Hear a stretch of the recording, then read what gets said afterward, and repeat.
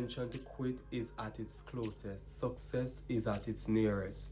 Hence, it's our responsibility to stand firm, trust in God, and never give up. Welcome, North America, South America, Asia, Australia, Africa, Europe, Antarctica, and the entire Caribbean diaspora.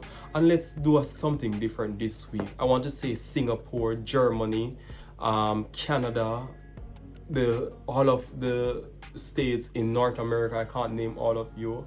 You know, the Caribbean, Canada, Cayman, Florida, Turkey, Romania, Croatia, Singapore, Peru, Paraguay, England, Paris, London, all the parishes in Jamaica. Thank you authentically for the support that I have been receiving on my podcast, the Ashani Thomas Unvarnished Veracity podcast. And don't forget to like and subscribe and share with your friends, whichever medium you utilize to listen to your podcast, whether it be Google Cast, Pinterest, whether it be Spotify, whether it be Apple, whether it be Anchor, whichever, because I am on all the major podcasting platforms. I want you to like, share, and subscribe, and I thank you all for the support. It has been a whirlwind of an experience, a learning experience for me. For those of you who have been listening for my first episode when I didn't know what the heaven I was doing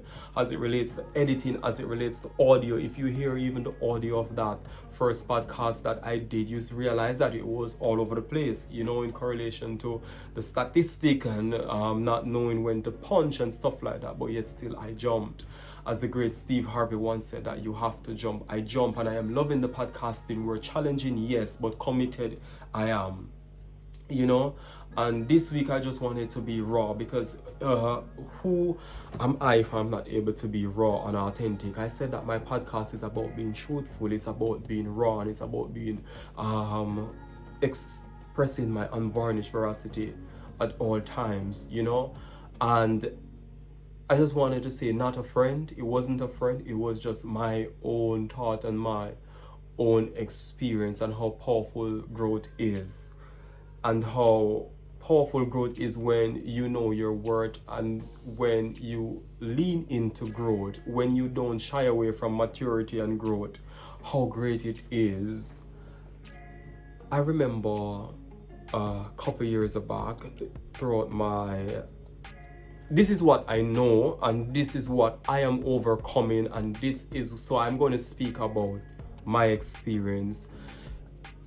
Some person are not able to identify because their experience may be differed or different, you know, and that is a-okay.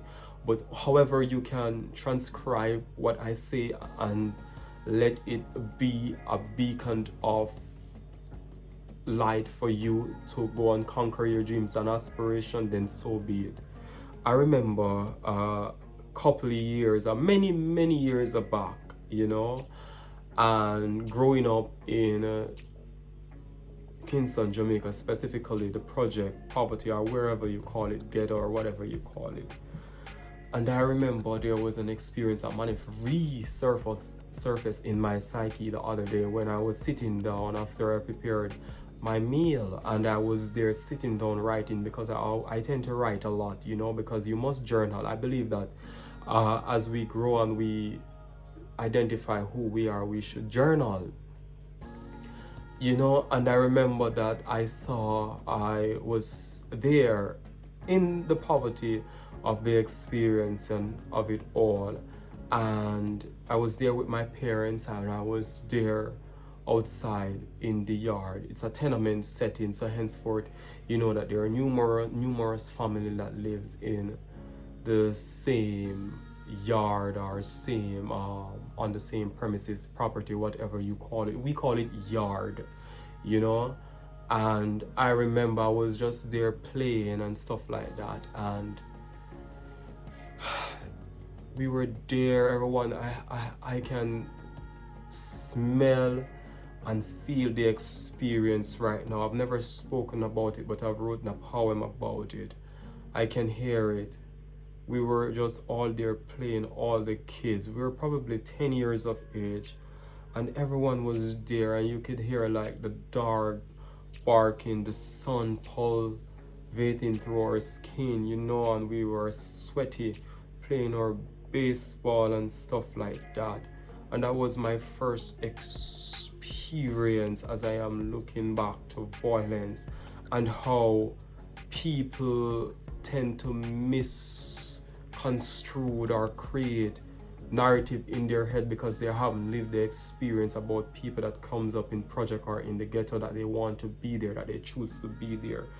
But I can remember that experience when some guy came in the yard or on the premises and they started to inflict wound on a young man that we know and whom we respect, and we were all kids.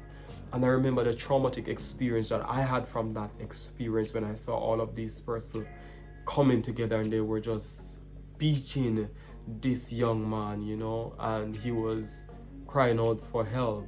And her mom came and she grabbed all of us and said, "Get inside."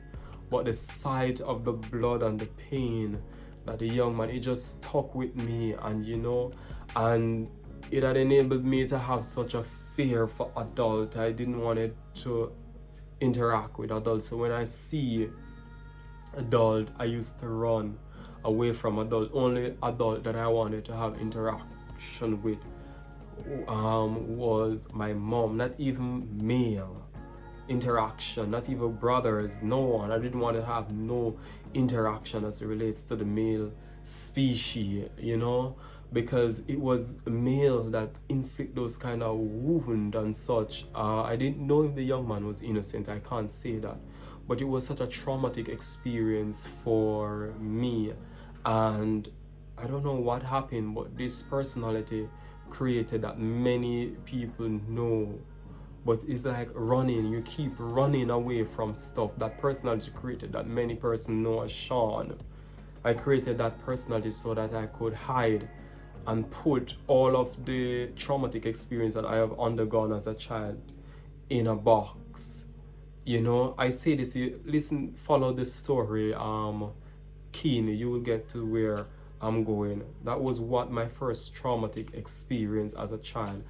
Because I am growing, as I said, and I am going through my experience in breaking down barriers, in expressing my unvarnished veracity, in not being timid or scared to be vulnerable, even though my culture portrayed this image that a male is not allowed to be vulnerable. We aren't allowed to feel scared. We aren't allowed to feel timid. We aren't allowed to express ourselves fully, because else you're seen as weak. But I beg to differ. It's a new day and it's a new time in history. And everything old-fashioned is not always good, as I said on previous podcasts. And I am here. I am a part of the culture, and I am a fully blown Jamaican. And it is time for us to change the culture, change the narrative. And I am starting it one conversation at a time. It's time for us to change the culture.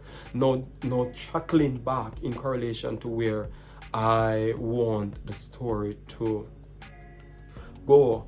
And I remember this second traumatic experience that I have had. I am talking about them because all of these experiences created the personality that many people know. And that personality, I named the personality. The personality was Shawn. I named it. And I am starting to pull away from it fully by through my own healing experience, But anyhow, the third traumatic experience I had was with the police. And I remember I was there in that setting, and I was having something to eat. My mom had prepared something for us to eat, and we were getting ready to go to our bed. And I was always the one that even though we were in poverty and we grew up poor and it was a big family, I was always the one trying to put a laughter on everyone's face. I don't know why, but I always feel that we are together, the family. So I just take on that responsibility to try to get them to escape the reality that we were existing in, because I was always a very imaginative imaginative child, you know. And I remember that my imagination saved me when we were eating cup soup. I think it was in 1999, I think it was. And we were all there eating cup soup, the 8 of us as a family members, and mom and dad would make it 10 of us, you know. And we were there, and some guy rushed in the yard. It's a ghetto project, so you can know all of this, how chaotic it was. And I remember I jumped, and the police came, and it's already a ghetto, you know. And they came and they ripped down everything in my house. And I remember I was under the bed, and my mom cried out and said, don't shoot, as I am thinking right now, time is actually lapsing and stop, and I have to hold myself to not get emotional, because I have overcome it to be able to share in this aspect of the experience. And I remember I said, my mom cried out and said, don't shoot, my 8 kids are here, you're scaring them. And I remember when I opened my eye, I was curled up under the bed. I don't know what happened, but what my mom told us, that there was some guy that rushed in the yard, maybe guys that was involved in negative activity, and police was chasing them, so they came in. And it was a lot of cops, and they came and they destroyed the house. They destroyed everything. And I was there under the bed. I run under the bed when I hear the rattling, because I was always the timid one, but bold. You know, that's why I always view myself as bold shy. You know, I know it's two contradictory words putting together in a single sentence, but I see myself as a bold shy person.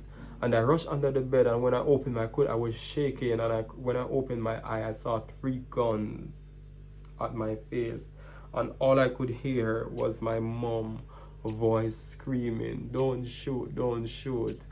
And I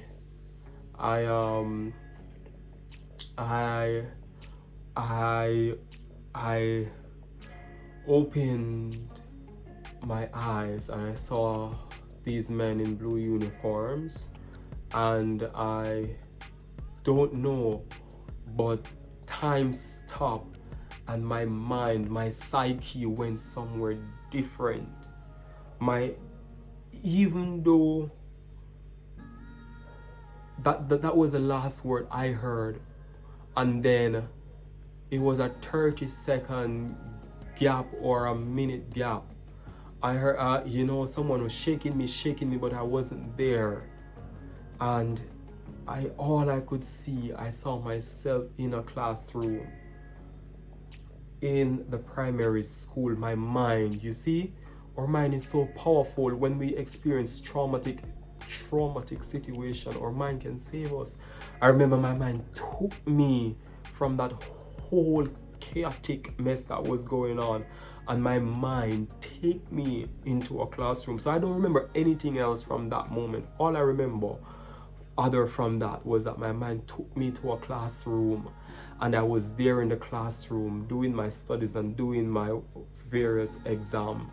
My mind, that is why I said our mind is so powerful. It can, wow, the mind is powerful. The mind saved me. That is why I always say our mind is powerful, and it saved me. But I say this to say that officers, politicians, government officials, all of this crazy chaotic mess that is going on in the realm of dimension that we are existing in. You have the power to be the change, and you have the power to revamp, re-socialize, and re-teach how you let service people conduct themselves in various communities. It doesn't matter if that community is considered to be an at-risk community. You don't know the minds that are being molded in these communities. Treat the people equally across the board. I say that to say, whether it is in the Americas, whether it is in the Caribbean, whether it is in the Africa, whether it is in Europe, it is time for us to stop treat people that comes from poverty and people that has less economical power different from how we'll treat a person that has accumulated earthly gains. Even if we know that they has been set at a disadvantage already. Many of these pains that are in or realm of dimension that we're existing in, we can eliminate them because we create them. They're all man-made disease and we create them. We create them. Let's eliminate them. We have the power, we have the grit, and we do have the sagacity needed to eliminate them. Why? We create them. It's a new time in history. It's a new day. Let's change the narrative. Let's have hard conversation.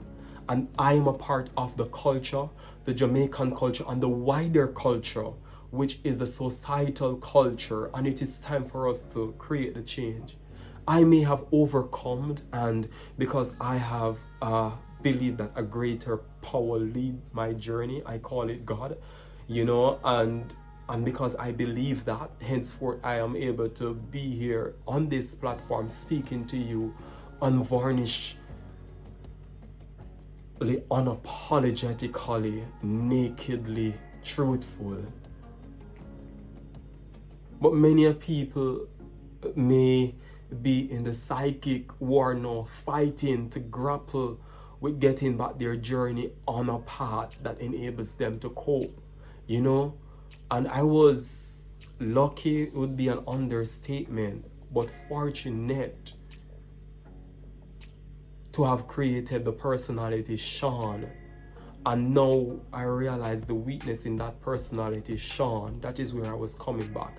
And now that I am journeying back to Ashani Thomas, it is, I know I said it is blissful, which it is, but it is blissful and it is painful. Why? Because I have to do the work, whereas I am telling now these people, as I am able to have a enormous hold on who I am and where I want my journey to take me and what I want the life I lead to represent, I realize that I have to cut a lot of people from my experience. I realize that many people don't want to associate with me, and that is okay, because I understand that they have met a version of my personality that they were able to cope with. But now that this growth that is happening, they are not able to handle the rawness and the strength and the power that I exuberate. I understand. I say this to say this, that when you're going through your season of change and your season of growth for the betterment of yourself and the people around you, know this, you will experience pushback. You will feel like you're running against the wind. Don't stop. Keep pushing, keep running against the wind. Let your experiences be your rock that enables you to be rooted and grounded and keep going. Because let me share this with you. When you see someone out there that is strong and they exuberate such power, they have been through some stuff. And let me tell you something. This power that you see me being able to exuberate, I have been through some stuff, beautiful soul. And if I could switch the table, there is nothing that I can change, because every experience, every soul that I have met every soul that have cut me out of their life and every soul that I have cut out of my experience, I know unequivocally that we all learn something from each other, and that is what is important. We're all here to learn from each other, because we have to remember we're all spiritual beings having a human experience. And you see, when you're at a different level of consciousness where you are able to accept and realize that all of this is just a construct, and you decide on the construct that you want to zoom in on, and I choose to zoom in on growth, happiness, and expressing the most authentic version of I, then there is nothing to fear. And when you fear nothing, and when you fear nothing from your past, beautiful soul, you have arrived, because you are on that pilgrimage journey of unstoppable. So continue on your path.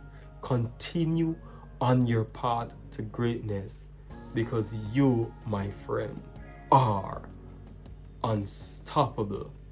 And remember, when the intention to quit is at its closest, greatness is at its nearest.